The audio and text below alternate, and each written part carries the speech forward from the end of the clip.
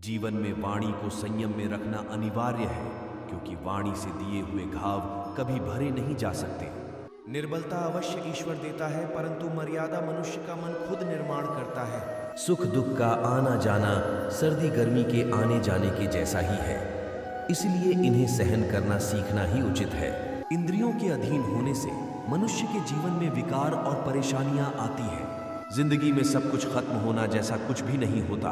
हमेशा एक नई शुरुआत हमारा इंतजार कर रही होती है। जिस इंसान के चारों तरफ नकारात्मक लोग रहते हैं, उस इंसान का मंजिल से भटक जाना तय है।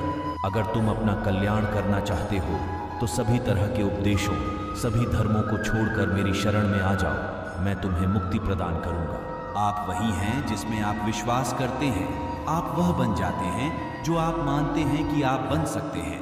मनुष्य उसके लिए शोक करता है जो शोक करने के योग्य नहीं है, और फिर भी ज्ञान की बातें करते हो। बुद्धिमान व्यक्ति ना जीवित और ना ही मृत व्यक्ति के लिए शोक करते हैं।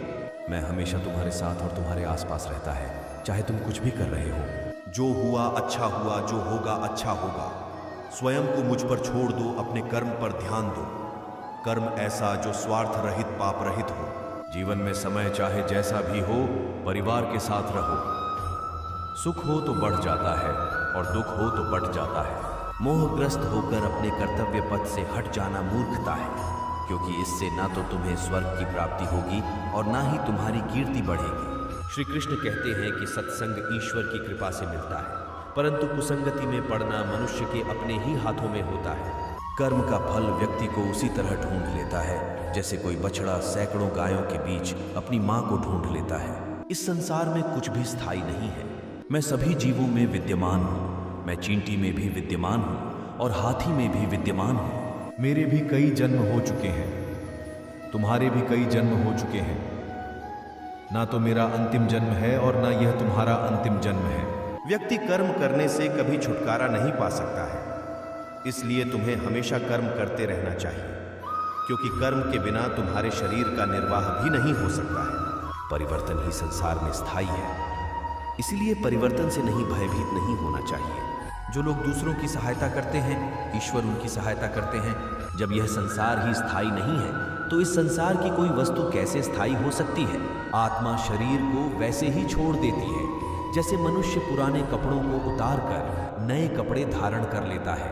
मन शरीर का हिस्सा है। सुख दुख का एहसास करना आत्मा का नहीं, शरीर का काम है। मान अपमान, लाभ हानि, गम और खुशी सब मन का खेल है।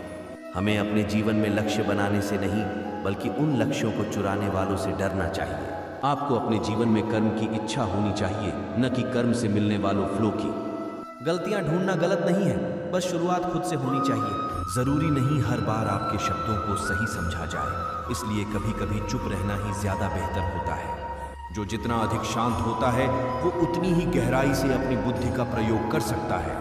निंदा से घबराकर अपने लक्ष्य को कभी न छोड़ें, क्योंकि लक्ष्य मिलते ही निंदा करने वालों की राय बदल जाती है। जीवन में यदि खुश रहना है तो अधिक ध्यान उस चीज पर दें जो आपके पास है, उस पर नहीं जो दूसरों के पास है। हे अर्जुन, केवल भाग्यशाली योद्धा ही ऐसा युद्ध लड़ने का अवसर पाते हैं जो स्वर्ग के द्वार के समान है। जिस तरह प्रकाश की ज्योति अंधेरे में चमकती है, ठीक उसी प्रकार सत्य भी चमकता है।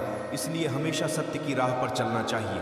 मन की गतिविधियों, होश, श्वास और भावनाओं के माध्यम से भगवान की शक्ति सदा तुम्हारे साथ है और लगातार तुम्हें बस एक साधन की तरह प्रयोग करके सभी कार्य कर रही है।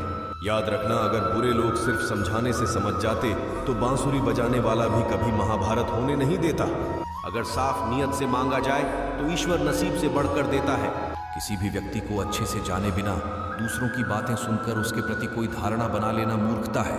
मेरा रथ आपके हाथों में है माधव। मेरे जीवन में अंधेरा हो सकता है, अंधकार नहीं। गीता में स्पष्ट लिखा है, निराशा ना हो क्योंकि कमजोर आपका वक्त है, आप नहीं। सच बोलने का साहस कीजिए, परिणाम भुगतने की शक्ति परमात्मा देंगे। जब मनुष्य अपने जीवन में किसी एक चुनौती को जीवन का केंद्र मान लेता है, तब वो जीवन में सफलता प्राप्त नहीं कर पाता।